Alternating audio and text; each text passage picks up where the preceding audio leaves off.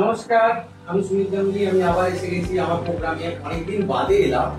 কি পূজা চলবে? বাগে চলে 18 পুলিশে কত আর আইনজীবী দায়িত্ব কত। আমি আজকে এখানে উপস্থিত করেছি সুপ্রিয় গাঙ্গুলি অ্যাডভোকেট স্যার। নমস্কার। নমস্কার, আমার নাম হচ্ছে সুপ্রিয় গাঙ্গুলি। আমি হাওড়া জেলার অন্তর্গত কলকাতা বারবাড়িতলায় আমি বসবাস করি।